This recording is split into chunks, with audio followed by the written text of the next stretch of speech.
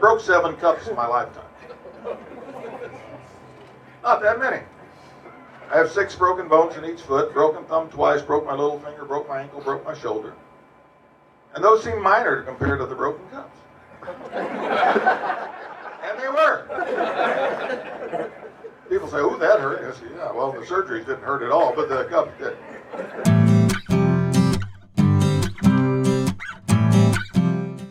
A book called Catch Every Ball, and when people come up to me and say, "My child wants to catch," or whatever, and I say, "Well, what do I tell them?" I say, "Catch every ball."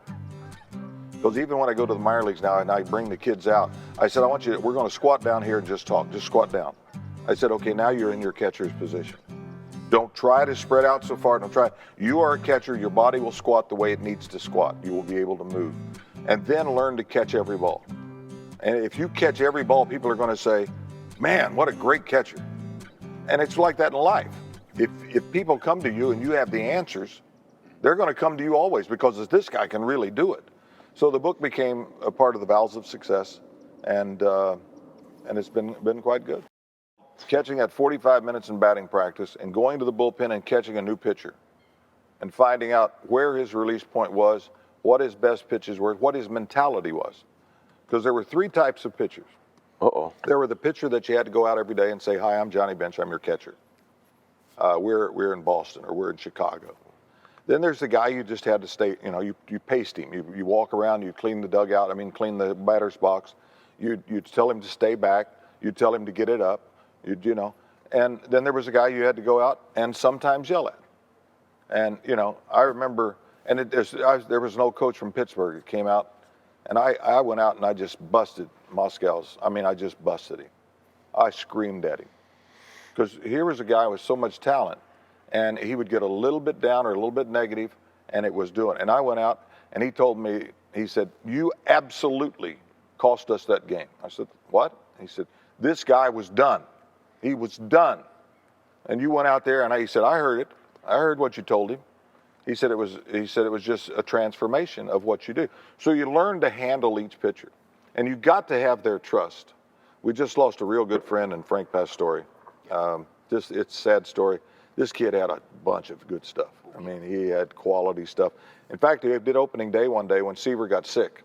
That's right. He threw a 3-hit shutout, and I called, no shaking off. We get about to the 7th or 8th game. I think he's 6-1 or something, 6-2, and we go to to Houston. We're in the Astrodome, and I go out and I put down 2, and he goes, "Timeout." And I walked out there and I looked at him. I said, "Don't you ever shake me off again."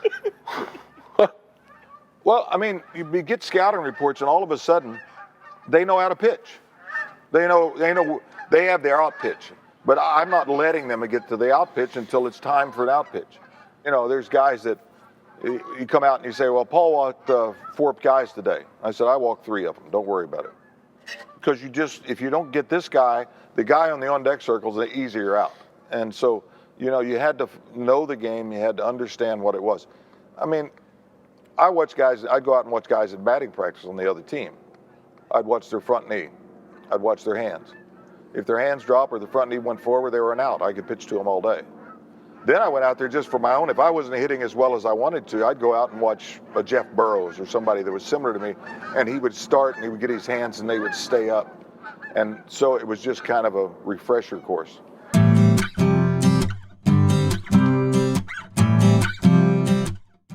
You talk hitting philosophies, right, and how you're going to approach it. I go out there and I watch him hit 80% of the balls the other way. Stay inside the ball. For what? Son, you got to hit the ball hard. You talk to every, we had a forum in Cooperstown, and Dave Winfield, I said, "How you doing?" He said, "I try to hit it hard. I hit through the ball. I hit it hard. I don't, it's not like you're, wherever it is." And again, my philosophy is unique, but it's a brain thing. Hitting, what do you want to tell a kid? Well, too many things. First of all, when you stay inside the ball, you're thinking. The brain has to send signals. You slow this baby down, and I got to do this. I got to do that. You can't create that. Well, and then you come back to the dugout and hit and say, "You should have stayed inside of that." Well, you're up there not worried about what you're doing. I'm looking zone. Here's a pitch right here. I was down at the Marlins. They started talking about hitting. Well, we like to take the first pitch. I said, why? Well, I said, what if he throws a strike? Now he's got the advantage. I said, well, that may be the only pitch you see in the entire count. Every time you go up there in a major league game, you may see one pitch at bat that you really can do something with. What if I'm going up there and I'm looking for this pitch on the first pitch and I get it? I got to take it. Well, okay, sure. Well, they hadn't scored a run in 30 innings. They scored 11 runs that day. I mean, it's whatever. I happened to be there, but at the same time, talking about hitting and being aggressive, seeing the pitch and attacking, and this kid Buck with the catcher, he's at a $180, so if that. And I said, anybody having problems? He said, well, this guy, and they showed me the video, and they said, don't say anything, stand by. He said, come here, you got no chance. And when I was in San Francisco, they were making me look at Belt, the first baseman. He's like this, and he's going this way. And I'm explaining Bam Bam why. He said, look at him, what do you think? And I said, he's got no chance. Why? I said, well, because he's doing one plane down, and the ball's going to, at some point maybe connect at the same point? It's got to be somewhere on a level plane. And I said, watch him. He drops in, does this. And so I'm telling Will Clark, I said, you got to do this with the kid. Well, he winds up, turning things around. And Buck got a hit and then went 3 for 5 the next night.